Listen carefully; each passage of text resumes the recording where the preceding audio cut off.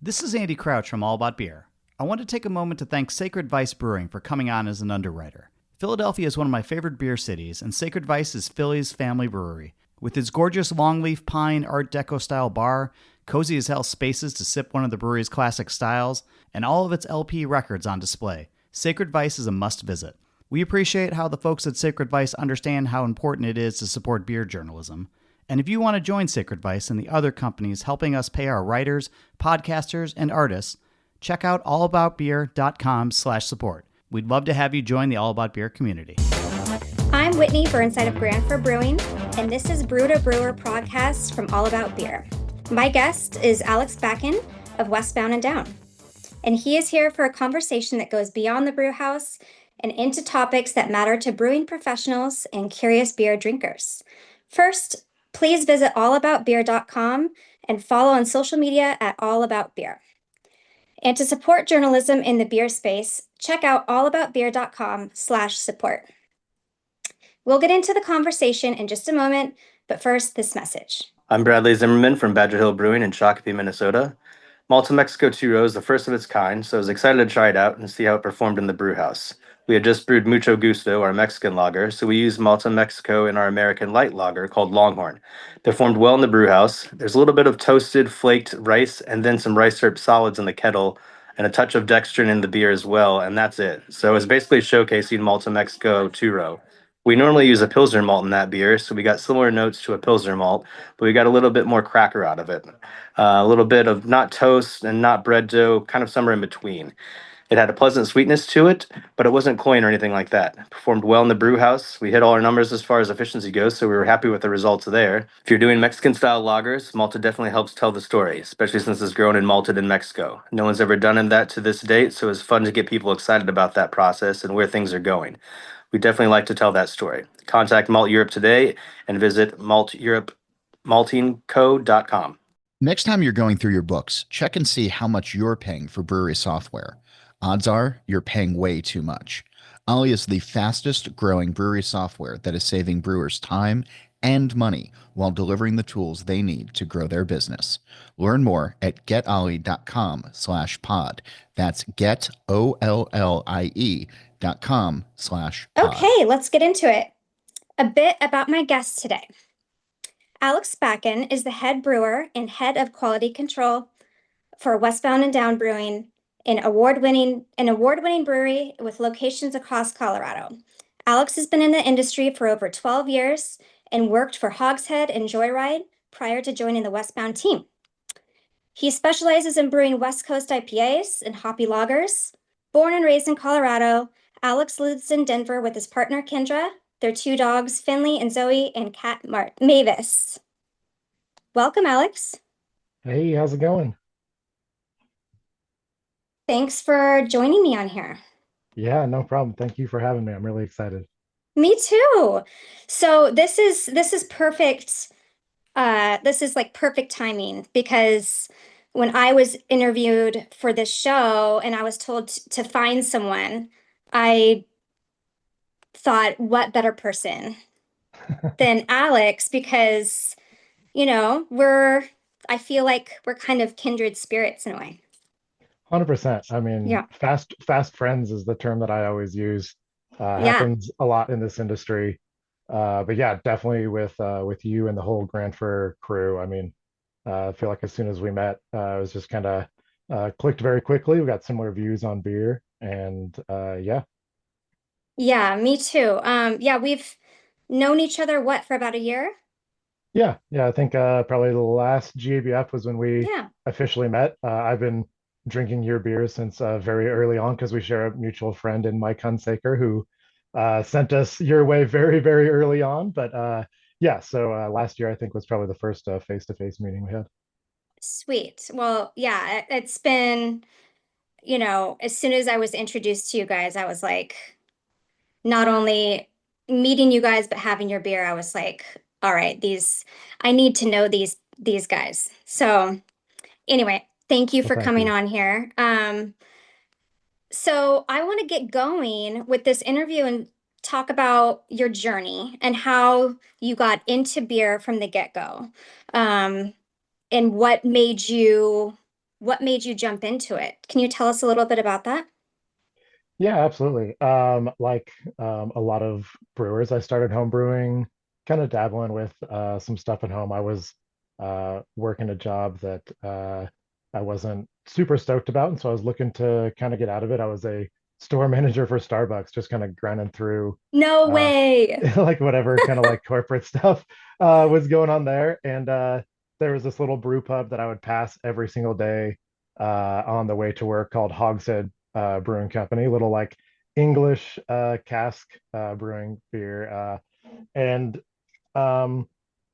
Yeah, so I knew that that was something I wanted. So I actually got a job just bartending there. I just kind of got my foot in the door, and probably that was in end of 2012, something like that. And Okay. by January or February of 2013, I had kind of finagled my way into free time in the brewery. So I was just there to That's how it learn. all goes, right? Yep, Like yep, you got to get your exactly. foot in the door and I'll work for free. I'll wash kegs and Yeah, well, in this place it was scrub the Firkins, and floor. so I was cleaning Firkins with like a hand spray ball on a hose, Oh yeah. I and remember doing that. yeah, so I was, just kind of that guy for a while, and was willing to kind of jump in and do whatever. And luckily for me, the owner of now Westbound and Down, Jake Gardner, was the head brewer at Hogshead at the time.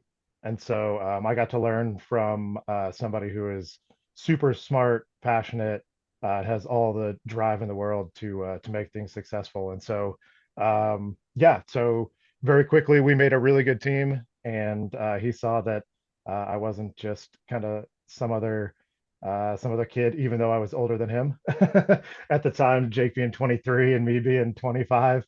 Oh my God, Uh, that's just you saying that. I'm like, that's so yeah, young.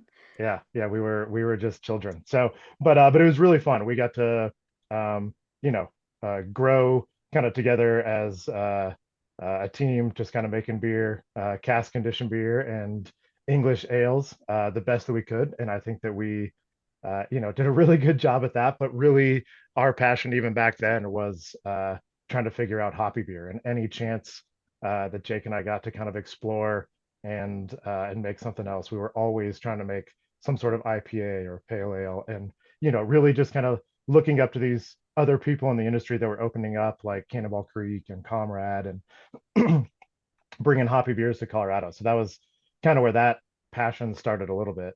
Yeah, I'm just kind of imagining coming from like all that malt and like such a different style and cask condition. You're just kind of looking like, oh man, like how can we make IPAs? Like Yeah, how can and we and be the so best? we did the best we could. We made a Yeah. couple, and we got some pretty fun kind of projects going where we were making IPAs on American hops. So I think back then it was pretty much just like Citra, Mosaic, Simcoe kind of based beers. Mm-hmm. So pretty good combo from the beginning. Um, Right. and we were just making the same recipe with those hops as we were with like Fuggles and EKG, and just kind of showing people the difference between you know, like exploratory hop kind of things from the beginning.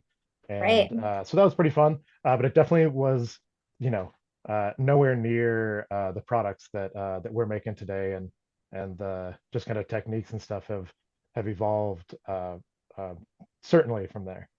Did you do any like cask condition IPAs or like English style? Oh yeah, we did. So pretty much everything we made there, we would do a cask conditioned version of. So whether it was like a lager with Bill and Ashley from Bierstadt that have been friends of ours for a really long time, it was like, well, let's take one or two firkins and see what a cask conditioned lager turns out as, and I think you can expect what the results were. Um, Right. but yeah, no, we had a lot of fun. One of the things that we used to do very early on was actually we put on like a cask condition beer festival, and so we convinced as many friends across Denver as we could to let us show up to their brewery with a firkin, and we would actually take wort off of their fermenters, cask condition it the way that we would, and it would be whatever beer that they wanted to give us because they were just giving Oh, us free that's work. so cool. And so it was a really fun project. And, we did end up getting, Cask Condition like Alpha Project from Cannonball Creek and, um, things just, that were not meant to be Cask Condition, Superpower from Comrade. And it was a really fun kind of Yeah, example of yeah. just like, showing people what cask conditioning does. So we did end up with some pretty interesting cask condition beers, that's for sure. That's so cool. I love that. Were you guys I only did like a little bit of cast conditioning, a little bit at Elysian, like we I remember just how hard it was cleaning those golden gates and like Yeah, pulling not out any sort of um any sort of hop charge we put in there and like the bag getting lost in the keg and yeah. It but is then it I is did some definitely a at process. Pelican. Yeah, Pelican we did like the little breather bungs and it was the whole system. It was fun. I missed that. I think what you were doing at Pelican is probably a little more similar to what Hogs had set up. We had the like Yeah. breather system Yeah. and a whole bunch of engines and all that kind of stuff. And so it was fun at the time, but I think even back then, Jake and I both knew that like wasn't what we were like truly passionate about. Right. And so yeah, in 2015, Mhm. Jake had been approached to essentially kind of leave to consult to open Westbound and Down. And we continued to work as like a uh, duo, kind of running two breweries. So I helped, kind of brew some of the first batches with him in Idaho Springs for Westbound. But when the opportunity, or when we kind of got too busy for us to run uh, two breweries, he knew he had to hire, and my heart was still at the Hogshead kind of phase. I lived close to there, and I had put a lot Yeah. of like heart and soul into there. And so Hmm. I actually took over the head brewer job at Hogshead when Jake left, and ran that spot for uh, 2-ish years from 2017 till about 2019. Okay. And so yeah, that was kind of my first like kind of thrown into the fire, and maybe getting something that was a little above my pay grade. I was very nervous taking the head brewer job for sure. Yeah. Yeah. I mean, you got to do it somehow. Yeah. What year did Westbound start? Westbound opened in 2015 up in Idaho Springs. 2015. Yeah. Yeah, Okay. like end of All right. 2015. So Yeah. So then how did that all go down? So you were there a couple years at Hogshead by yourself. yep. And then I left there in 2019, and there's a little brewery a couple blocks from my house called Joyride Brewing Company. Right. Okay. And So you went to Joyride. yeah, so I saw a huge opportunity to come into a brewery that was in, so I live in this 20 square block radius called Edgewater, which is like a suburb of Denver in like the Jefferson County. And it's kind of a funky little community with like our own own police and our own city like town center and like all that kind of stuff. And That's so there's a lot funny. of like restaurants, and this was at the time the only brewery in Edgewater. And yeah, so I saw a really good opportunity to come in there and take some of the technical training that I had from Hogshead, and come in there and kind of hopefully expand their beer program. And what I wanted to do was West Coast IPA for sure. So I got to come Okay. in there, and that was where I really started to just kind of roll. The owner, Dave Bergen of Joyride Brewing Company, is one of my good friends, and he gave me so much freedom to just, roll with recipes. I remember listening to your podcast with Jesse and talking about how busy 10 Barrel was and how free you felt with just like kind of brewing, you know what I mean, whatever you want. And I Yeah. felt that exact same way with IPAs and lagers and stuff there. And so that's really where like I got to start to hone some skills and brew some different things. Definitely worked on some lager techniques, and we ended up winning silver for Kolsch at GABF that year, which was Joyride's That's a first big medal, deal. and my That's a first big year deal. actually competing in GABF, because at Hogshead we were a like non-compete brewery. The owner didn't see the benefit to it, and so we would never compete at any competition. And so when I left, that was my first opportunity to get out there and kind of compete, and I was really excited. Oh, that's so cool. And cool. That's such a hard category.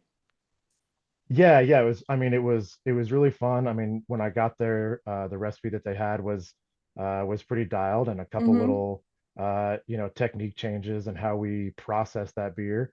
And Hmm. yeah, that beer still to this day continues to win medals. They've got a really, really good team up there, and so they Nice. continue to just take their whole program kind of to the next level. I think I met a couple of them when I was there. Yeah, they're some of our best friends. I mean, like I said, I still live a couple blocks from there, and so I'm there a handful of times a week. And yeah, everyone from owners to brewers to the bar staff up there, just really, really good people. That's awesome. Yeah, I think I maybe met them. I probably met them in the alley. You Yeah, know, we yep, were there yep, hanging out. probably. In the alley, Uh, I'm assuming you're referring to the Westbound and Down right. I was just about tap to room in say the that's going to alley. sound weird to Just people. They don't know what the alley is. What Whitney are and we I hang out really in the up to at alley. GABF? Okay, so then how long were you at Joyride? So I was actually on a Joyride for about a year, Okay. and then there was an opportunity that opened up at Westbound. And after kind of the first time of passing on which job I wanted versus Westbound or Hogshead, I kind of told myself that if anything opened back up at Westbound, that I would never kind of pass up on that opportunity again. And so Jake approached me. We had kept in really good, Jake's one of my best friends. And so while I was brewing at Joyride, we kept in really good contact. And we've always had, so much fun talking about beer and just running ideas off of each other. And so, yeah, we kept in really good contact. And when he had an opportunity, he brought me over to Westbound in December of 2019, Okay. and we kind of have never looked back. Yeah, that's amazing. So do you feel like working at Hogshead, you're doing English style, getting really comfortable using crystal malt, English yeast, all those different techniques there, and then moving to Joyride. What do you feel like you took away from each one of those breweries to kind of make you the brewer that you are when you got to Westbound? What do you feel like you carried from So I each? think I think at Hogshead I really really learned just like very good like basic technical brewing techniques. I mean, it sounds stupid, Mhm. but cleaning, No, no, no, it's not. just like literally like the things that are kind of like the unsung hero of brewing, like making sure that you're actually cleaning things right. The Yeah. importance of um, just hot side wort production and making sure that it's clean and not running, you know what I mean, a whole bunch of turbid wort or, low pH wort into your kettle. And so, yeah, I mean, just literally like technical brewing to a T is where I started at Hogshead. And so I was Mhm. very fortunate to learn good good habits very early on. So Yeah, it wasn't like totally. I had to go somewhere and break bad habits that I had learned, Yeah. which I feel like is definitely not impossible for any brewer, but for me to go to a place that actually had really good techniques to learn, that's what gave me the confidence to come into Joyride and pass those techniques Hmm. on and go in there with confidence to show them things that I'm not sure they had ever, been doing before, and help their beer program grow from what it was back in 2018 to where it is now. And so I'm very proud of that. And I think that all of those things kind of led me to the brewer that I came into Westbound being. And then the Yeah. confidence, the confidence and the freedom that Jake has given me since I've been at Westbound is truly what makes me who I am today in this industry for sure. That's amazing. It sounds like that Hogshead you were, yeah, learning like the nuts and bolts, really like, and you are super fortunate to have that be your first gig and have all that knowledge going in to Joyride, where maybe you got to like be a little more creative and while, you know, being technically sound with everything. So that's super cool. Yep, absolutely. I kind of went backwards with that. I was more learning things in a creative way first. Yeah. And then when I got to Pelican, it was like, whoa, whoa, whoa, pump the brakes. That's really cool, but let's back up. Yeah. This is how you do this. Yeah.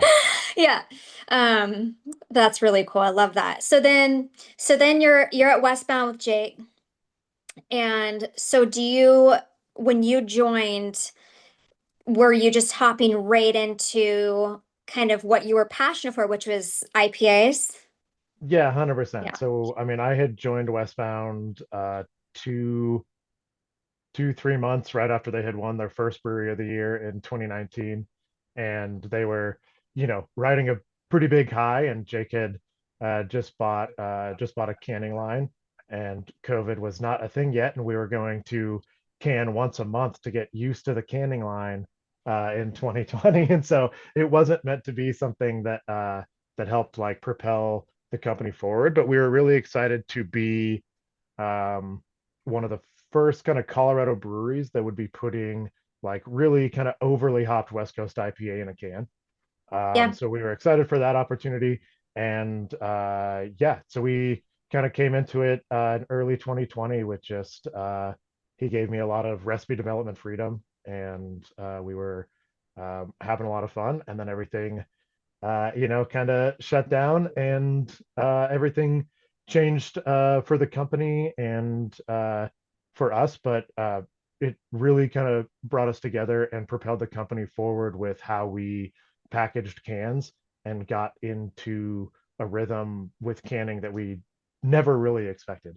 Right. Because with COVID, you've shifted towards package and 100%. It was like that, we were still able to continue to brew at full capacity up in Idaho Springs, and that's amazing. Everything was just going into cans and being sent out. So yeah, it was really fun. I mean, that was when we started the Western Conference All Stars series. So our creative director Eric Schmidt had this idea to kind of reach out to some of our heroes, so to speak, or people who had influenced how we make beer in the industry. And so we got to do some really, really fun collabs. And that's how I met Mike Hunsaker. I mean, oh my God, that's so great. To this day, you know what I mean? I still hang out with people that we met through that series, and just got to talk to people who had inspired us, but really try to open up how we make beer that was quintessentially their brewery. So that was always kind of the question that we proposed to them, was like, what makes quintessential Grains of Wrath IPA? And try to combine like what they did with what we did, with some of the really big breweries in the country that were making incredible IPA. So that was a lot of fun, but also, I think brought a lot of publicity to Westbound, and the fact that we were trying to be a West Coast IPA brewery, and there was no doubt about it. Right. Yeah. I mean, it was so through there you met Mike, and I feel had you had his beer before Yeah, then? so Okay. I think Built for Speed was probably the only beer Okay. that I had, but Well, yeah, that's a good one to have. yeah. I mean, that's one of our brewers at the time, Phil Joyce, who now works for Bierstadt and Amalgam. He was good buddies with Mike, and so he had brought some of cans his beer to us, and yeah, it was just stunning. Awesome. Well, we are going to take a short break for this message and then come right back for more of this conversation with Alex Bakken of Westbound and Down. I'm Bradley Zimmerman from Badger Hill Brewing in Shakopee, Minnesota. Malta Mexico 2 Row is the first of its kind, so I was excited to try it out and see how it performed in the brew house. We had just brewed Mucho Gusto, our Mexican lager, so we used Malta, Mexico in our American light lager called Longhorn. They formed well in the brew house. There's a little bit of toasted, flaked rice, and then some rice syrup solids in the kettle, and a touch of dextrin in the beer as well, and that's it. So it's basically showcasing Malta, Mexico two-row. We normally use a Pilsner malt in that beer, so we got similar notes to a Pilsner malt, but we got a little bit more cracker out of it. A little bit of not toast and not bread dough, kind of somewhere in between. It had a pleasant sweetness to it, but it wasn't cloying or anything like that. Performed well in the brew house. We hit all our numbers as far as efficiency goes, so we were happy with the results there. If you're doing Mexican style lagers, Malta definitely helps tell the story, especially since it's grown and malted in Mexico. No one's ever done that to this date, so it's fun to get people excited about that process and where things are going. We definitely like to tell that story. Contact Malt Europe today and visit maltingco.com. Next time you're going through your books, check and see how much you're paying for brewery software. Odds are you're paying way too much. Ollie is the fastest growing brewery software that is saving brewers time and money while delivering the tools they need to grow their business.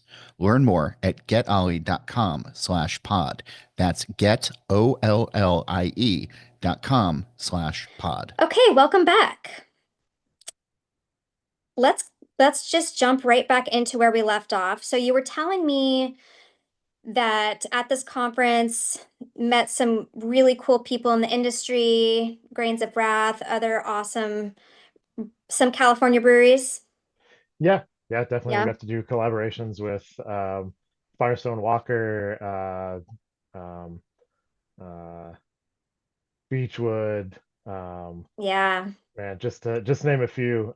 Just some really fun breweries. So we learned a lot there, and just kind of continued to focus on canning West Coast IPA and trying to make that our main focus. Yeah. Well, you guys are nailing that. Thank you. So then, I mean, tell me about, so you've got obviously your you got like a handful of West Coast IPAs that you do. Can you tell us a little bit about what makes how you approach making a West Coast IPA? What sort of qualities are you looking for? What makes yours more distinct? Yeah, I think for us, we look for like quintessential Westbound IPA is going to be very aromatic, a huge um, expression when you open the can is what we always want. Just Mhm. that massive kind of aromatics right when you hit the can. Um, we look for bright, clear beer every time. Um, we really look to layer hops in a way that the bitterness is never astringent, but is always kind of sitting on your palate. Mhm. I think that the way that we uh, layer hop oils with different kind of hop products throughout the boil just creates this like textural thing in our IPAs that from first sip to that kind of retronasal expression really just follows through in every aspect. I think that that's a lot of what I love about your IPAs is that textural component that you just talked about. And I think that not a lot, it's what sets apart a good IPA from a great IPA. I think just knowing that how to finesse those hot side hops and, using oils and at what amount, what variety and yeah, layering on top of that. Yeah, definitely. I mean, I think also our the grist builds that I kind of come up with are maybe a little wacky compared to other people's West Coast IPA. Everyone gets very lean with them, with which we are as far as the base malt. But I tend to go a little more wild with wheat and other kind of products like that other people don't. But I think it also kind of just builds something within the beer that the hops can kind of grab onto. I do Um, too. and so I think, and then also I also really love foam in beer, and I'm really proud of like the foam retention on all of our beers. Like when we're sitting in the alleyway and I can just see every pint from Pillows. with just like the rings of a tree on the glass, like over and over and over. Dude, that's one of the first thing I noticed when I came to visit was like, holy crap, what the hell are they doing? How do they Yeah. have such great foam? Yeah. So yes, I'm proud of your foam too. Thank you. Thank you. Yeah, I mean, and it starts, I think, and I always tell my entire team that it starts at the beginning of the process, but it Mhm. literally like everything matters when you're talking about, you know what I mean, the foam. And so Yeah, like, it can't just be some wheat in the beer and then you end up with really good foam. no. So the fact that that we have a team that, cellars the beer that they way they do and package the beer as expertly as they do, just from start to finish, is why we can put a product in a can that you can pour in a glass that just has that foam that can just kind of like sit there like all the way down. But yeah, it starts. Yeah, I I mean, think for me, it starts probably, with layering a couple different wheats. yeah. It probably, the true test would be to pour your beer into like a home dishwasher with those pods with like the rinse aid. I know Evan from Green Cheek he was telling, I don't know if you were there for the conversation. He was like, I use this Dawn dish soap spray. I've seen these commercials with like this Yeah, spray yeah, uh to get the rinse aid. And I hate rinse aid so much. I yeah. actually It's like the worst. at Granfer, I tell the people who come in to do our bar dishwasher, I'm like, pull the rinse aid. And then it's just this constant battle between myself and the front of the house because the front of the house loves it because it repels water, and lipstick comes off easier. So, but yes, It ruins head retention for sure. it ruins it. It If ruins you it. don't rinse that glass hard enough, you are Right. sitting with a stadium pour, is what we call it. Right. Yeah. So yeah, okay, so you have like a little bit you're using super pale malt, you're using pills. Yep, yep. You're So using our silo is pills, and so we're pretty much just base malt. I use a little bit of malted wheat, and a little bit of flaked wheat, kind of in combination to give it little soluble and insoluble proteins, which I think yeah. really just kind of gives the hops something to hold on to, makes the beer that dries out to 1.5 not taste super thin. Mm-hmm. And yeah, that's another thing, is just when you know that your beers are gonna dry out to 1.5, trying to figure out your water profile with your bitterness so that they're not tasting astringent. And That is all true. those kind Yeah. of things play into what makes Westbound, West Coast IPA kind of quintessential Westbound Yeah. IPA. How's your water there? The water's good. I mean, Jake has done a lot of work with our water profile and making it what it is and repeatable from Basalt to Idaho Springs to Lafayette. And so I can't Right. say enough about how he's just kind of dove into not only figuring out what we need, but per location, making sure that it's dialed in every way. Consistent. Yeah, Yeah. That's pretty cool. yeah, definitely.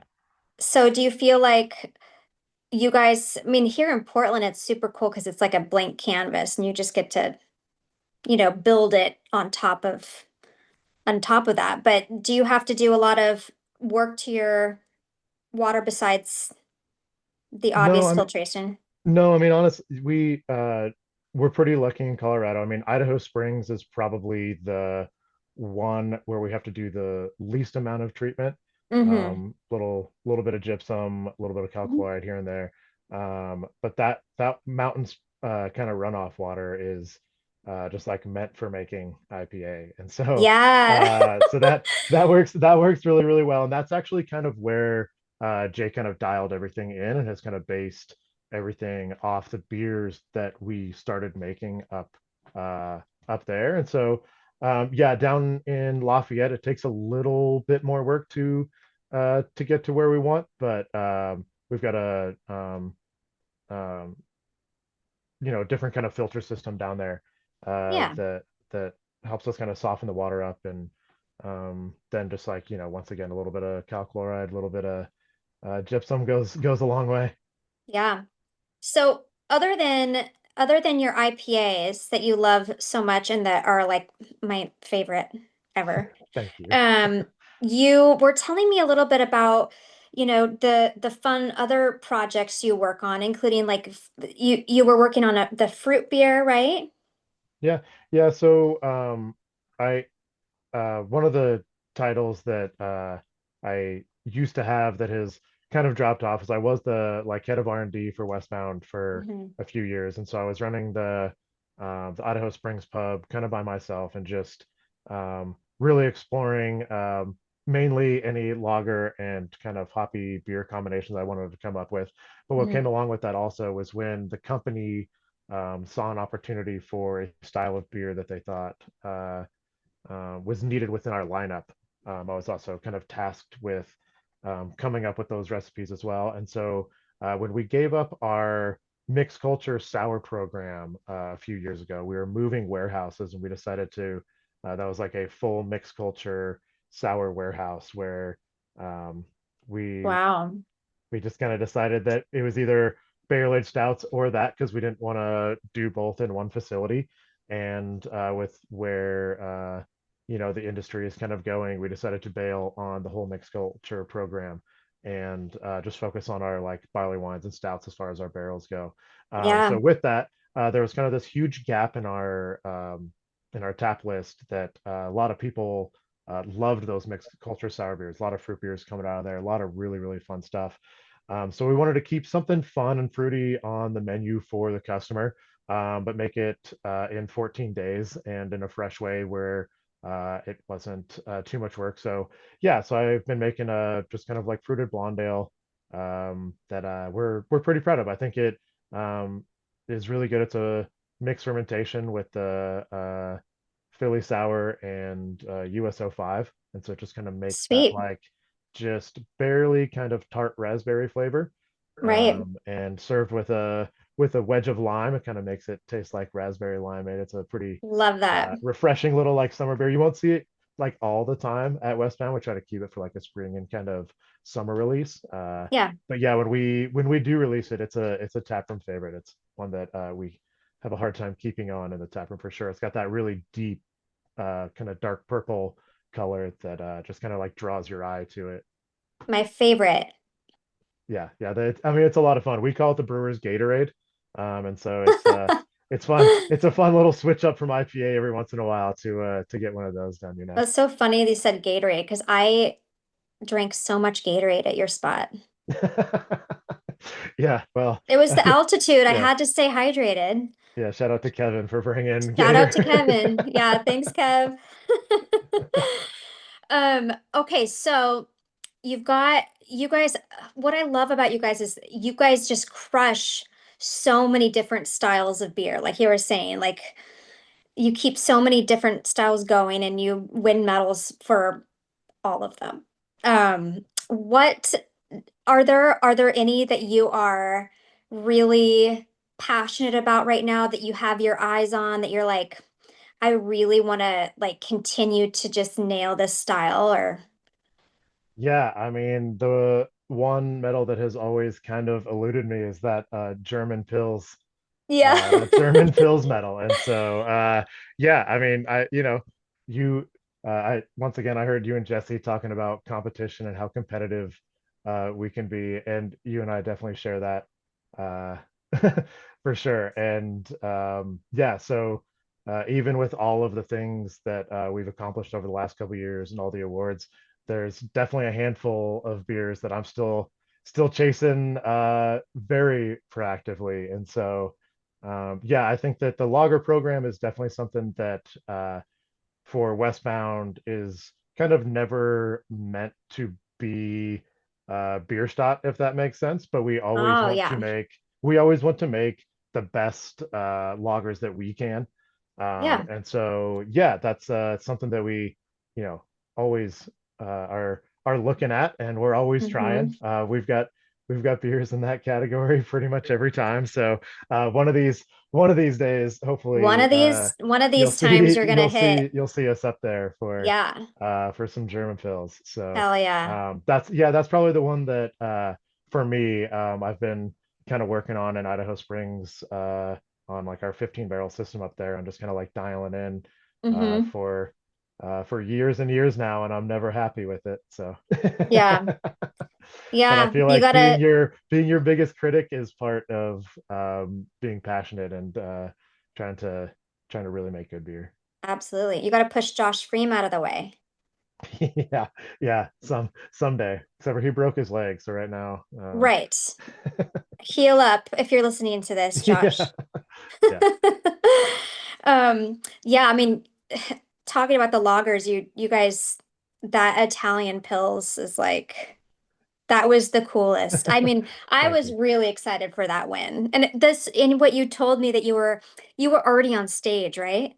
Yeah, yeah. We were on stage accepting for another medal when that one hit, and so that was a pretty exciting moment. And that's another one that that was probably the first recipe when I came to Westbound, that Jake and I sat down, and it was something that I had actually kind of started Italian pills at Joyride. I had brewed a batch of pills or Italian pills there that I didn't even get to see all the way through. I had like brewed it and dry hopped it, and then I never got to like see the project all the way through. And so that was something when I came to Westbound, I was really um, excited to talk to Jake about this. In 2019, kind of newer style uh, Yeah. that people weren't making, and I just kind of saw it as an opportunity for people who like kind of light lagers and people who like IPAs to kind of meet in the middle.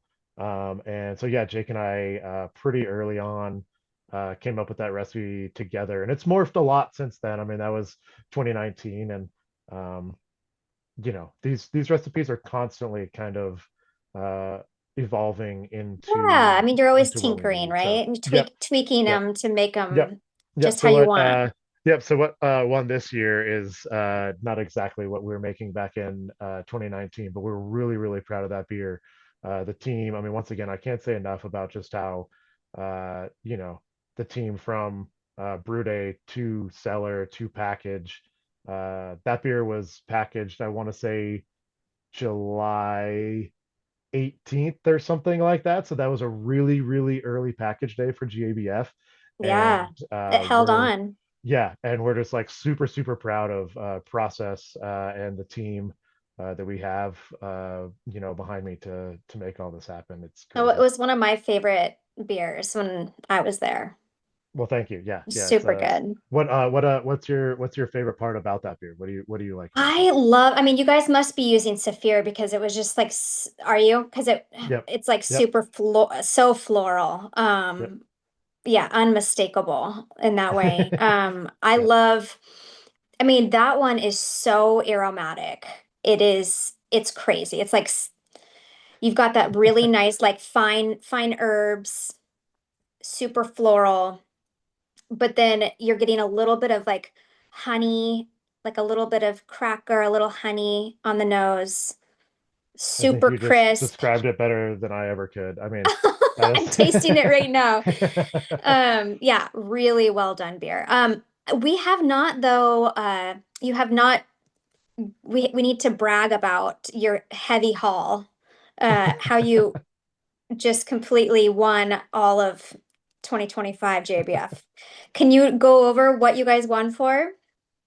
Yeah, yeah, definitely. So, for Westbound Brewing Company, so we do own Aspen Brewing Company up in Aspen. We bought 3 years ago, and so we still do own and run that. So Aspen Brewing Company and our brewer out of Basalt, he won for Casa Bonita Mexican Lager. He won a gold. So that was a really, really cool win.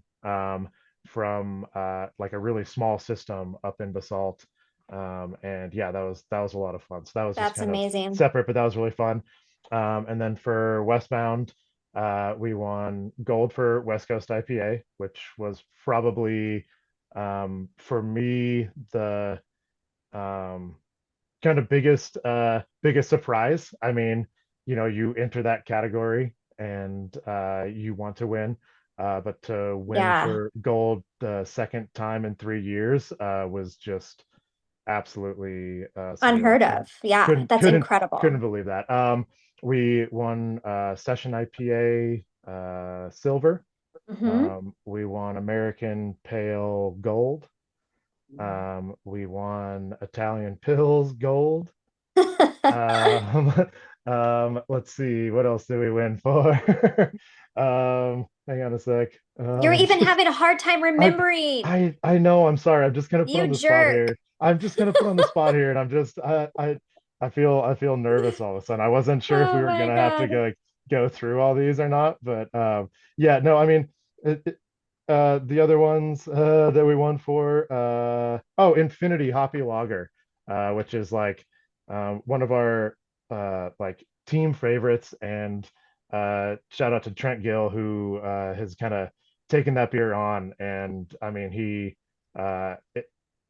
spearheads that beer every time we brew it in a way that like I've never seen someone so passionate about one single style of beer. And Yeah, every time it comes out, it is absolutely flawless. And so yeah, and then Westbound IPA, Bronze, and American Strong Pale. And it's amazing. that for us is like our core brand IPA that you can get year round, and we're just super proud of that going That back is to so back. cool. World Beer Cup and GABF was just pretty crazy. Yeah. Yeah, you guys are definitely leading the way with in the hoppy categories for sure. Well, it's been a goal of Jake and I's to kind of stick it to our San Diego friends for a while. So Yeah. Um, well, Alex, as we near the end, I want to ask about just what you like to do when you're not just consumed with making award-winning beer. What do you like to do? Yeah, so me and my partner Kendra live here in Denver with our dogs and our cats. So we love, just chill weekends where we can hang out and go visit breweries, take our dogs out to do whatever. We do a lot of off-roading. I have a truck that I have built to an extreme point Oh and my God. have a lot of fun just kind of going and getting out in the woods and letting our dogs kind of run free, camping, fishing. Obviously, with Doug, with Dougie, we still need to get the fishing trip going. We've talked about For it too much. sure. And then yeah, skiing and snowboarding in the winter is kind of like where we spend most of our weekends is up in the mountains, just getting some skiing done. Amazing. Traveling to Portland is one of my favorite things. I mean, uh, Yes. one of the things that I love most about this industry is exactly this, and just the friendship that we've built, but also that we have so many mutual friends out there with Ben and Mike and Natalie, and it's just really fun to always come out there and see you guys, and see Yeah. the Yeah. camaraderie that you guys have together is really cool, and something that I try to bring back to the Colorado brewing industry. And I think it's really fun what you guys are doing out there. And I'm always, super excited to go visit you guys. And also just a little jealous of how close knit that Portland beer industry is. It's a lot of fun. It is fun. I love how, we have like living house just a couple blocks away and just a really good community. And yeah, we had so much fun. We did a fresh hop collab That was together. incredible. Yeah, it was really fun. We did some Coleman mosaic and turned out pretty well, I'd It say. Yeah, it turned out great. I mean, Max Coleman brought the hops down. That was like Yeah. kind of one of those like surreal days for some brewers from Yeah. Colorado, where it's like the owner of a hop farm shows up to the Yeah. brewery with the hops. And yeah, that was such a blast. I mean, everyone at your spot, once again, from bartenders to Lily, Cassidy. I mean, you guys just have such a incredible crew there. It's so much fun Yeah. to just come in and make us feel at home as soon as we step through that door. Yeah, well, we had a blast, and we'll do it again. We're doing it in Colorado next time, so Yeah, definitely. Anytime. awesome. Well, Alex, thank you. I'm gonna wrap up this conversation. Alex will be back on the next episode of this show as the host, having a conversation with a brewer of his choosing. That will be on the air in 2 weeks, so make sure you tune in for that. A reminder, visit allaboutbeer.com and follow on social media at allaboutbeer. To support journalism in the beer space, check out allaboutbeer.com/support. I'm Whitney Burnside of Grand for Brewing. Thank you for listening to Brewer to Brewer podcast. I'm Bradley Zimmerman from Badger Hill Brewing in Shakopee, Minnesota. Malta Mexico 2-Row is the first of its kind, so I was excited to try it out and see how it performed in the brew house. We had just brewed Mucho Gusto, our Mexican lager, so we used Malta Mexico in our American light lager called Longhorn. They performed well in the brew house. There's a little bit of toasted, flaked rice and then some rice syrup solids in the kettle and a touch of dextrin in the beer as well, and that's it. So it's basically showcasing Malta Mexico 2-Row. We normally use a Pilsner malt in that beer, so we got similar notes to a Pilsner malt, but we got a little bit more cracker out of it. A little bit of not toast and not bread dough, kind of somewhere in between. It had a pleasant sweetness to it, but it wasn't cloying or anything like that. It performed well in the brew house. We hit all our numbers as far as efficiency goes, so we were happy with the results there. If you're doing Mexican-style lagers, Malta definitely helps tell the story, especially since it's grown and malted in Mexico. No one's ever done that to this date, so it's fun to get people excited about that process and where things are going. We definitely like to tell that story. Contact Malt Europe today and visit maltingco.com. Next time you're going through your books, check and see how much you're paying for brewery software. Odds are you're paying way too much. Ollie is the fastest growing brewery software that is saving brewers time and money while delivering the tools they need to grow their business. Learn more at getollie.com/pod. That's getollie.com/pod.